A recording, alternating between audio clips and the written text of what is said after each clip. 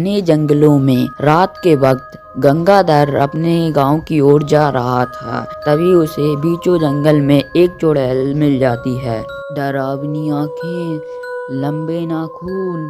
गंगाधर उसे चुड़ैल को देखकर डर जाता है और चुड़ैल से कहता है, अरे चू चू चू चू चुड़ैल, मुझे मत मारना, मुझे मारकर मत खाना।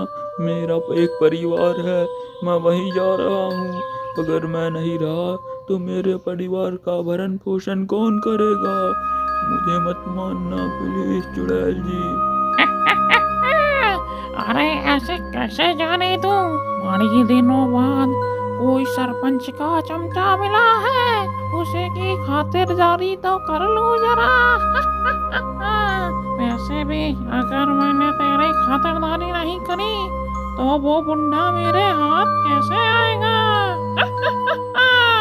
गंगाधर उस चुड़ैल से बहुत ही विनती करता है और रोते रोते उस चुड़ैल के पैर पर घुटनों के भर हो जाता है और बहुत विनती करता है, लेकिन वह चुड़ैल नहीं मानती और अपनी जादुई शक्ति से उसे मारकर वहां से उड़कर चली जाती है।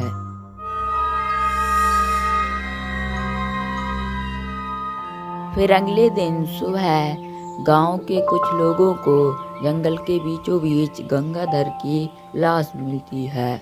वह बहुत ही चिंतित हो जाते हैं और सोचते हैं, अरे भाइयों, ये तो हमारे गांव का ही मित्र गंगाधर है, लेकिन ये यहाँ पर ऐसे क्यों डरा हुआ है? जरूर इसके साथ कुछ गलत हुआ है, लेकिन इसके साथ क्या हुआ होगा?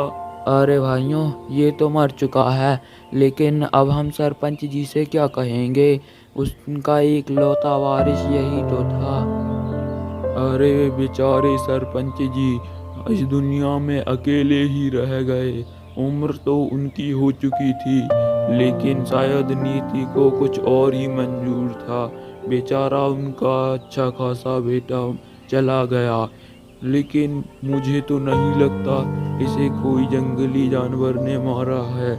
मुझे ऐसा लग रहा है जैसे उसे वही चुड़ैल ने मारा हो, जो कुछ दिनों पहले इस जंगल में रहती थी। शायद वो फिर से लौट आई है। अरे हाँ भाई, तुम बिल्कुल ठीक कह रहे हो, मुझे भी यही लगता है, लेकिन अब हम भी क्या कर सकते हैं? मुझे लगता है अब हमें सरपंच जी के पास चलना चाहिए और उन्हें पूरी बात बतानी चाहिए। तुमने बिल्कुल सही कहा, लेकिन हमें उस चुड़ैल के बारे में भी कुछ सोचना होगा, नहीं तो वो हम सबको धीरे धीरे कर मार डालेगी। वह तीनों ही सरपंच जी के पास जाते हैं। तीनों को उदास देखकर सरपंच जी बोले, अरे भाई बबलू, तुम तीनों ही उदास से लग रहे हो, क्या बात है?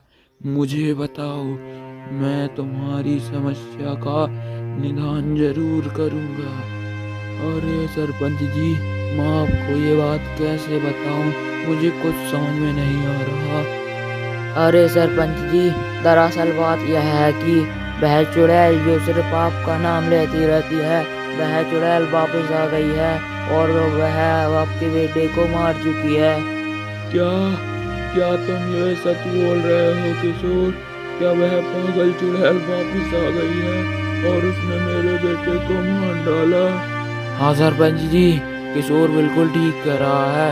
वह चुड़ैल फिर से वापस आ गई है और आपके बेटे को मार दिया है उसने। वो हम सबको मारने की कोशिश जरूर करेगी। इससे पहले वो हमको मारे, हमें उसका कोई उपाय करना होगा। मैं उस पागल चुड़ैल का कुछ न कुछ जरूर उपाय करूंगा, लेकिन अभी मेरे पास कोई उपाय नहीं है। तुम एक काम करो, जंगल के बारे में सबको गांव में बता दो और कह दो कि कोई उस जंगल में ना जाए।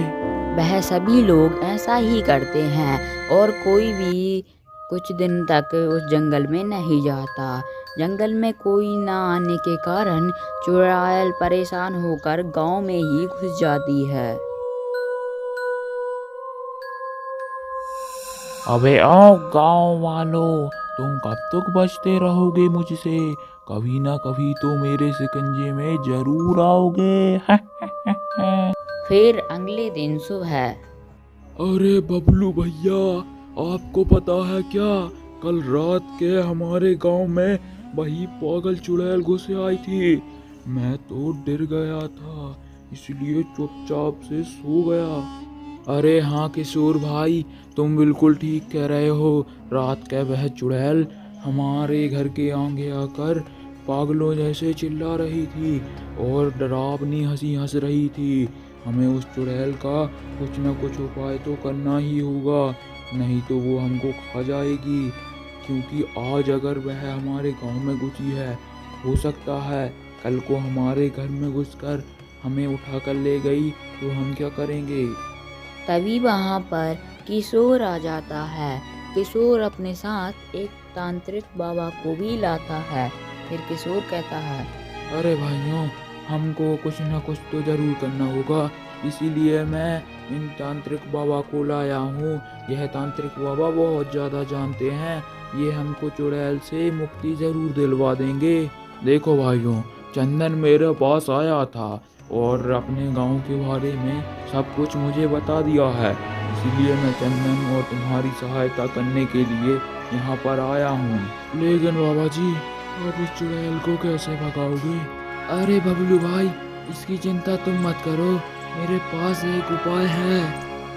जैसे ही रात होती है, सभी गांव वाले बबलू को गांव के बीचों बीच खड़ा कर देते हैं। वह डरता डरता खुद से ही बातें करने लगता है।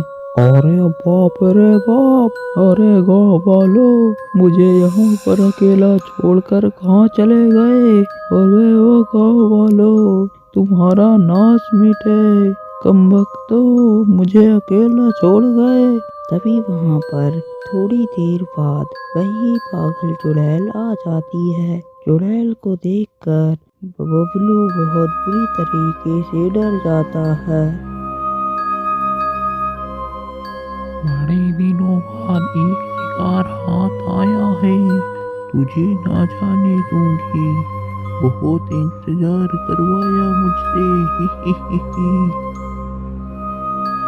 अरे चुड़ैल जी, मुझे मत मारो, मुझे छोड़ दो, मुझे जाने दो, मैंने आपका कुछ नहीं किया, प्लीज मुझे जाने दो।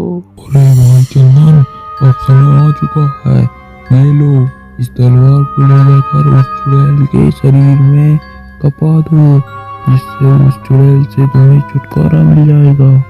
तांत्रिक बाबा की ऐसी बात सुनकर चंदन उस चुड़ैल के पास जाने लगता है। बबलू उस चुड़ैल को अपनी बातों में लगाए रखता है और चंदन पीछे से आकर उस चुड़ैल को तलवार मार देता है, जिससे वह मर जाती है। उस दिन के बाद वो गांव वाले खुशी खुशी अपने गांव में रहने लगते हैं।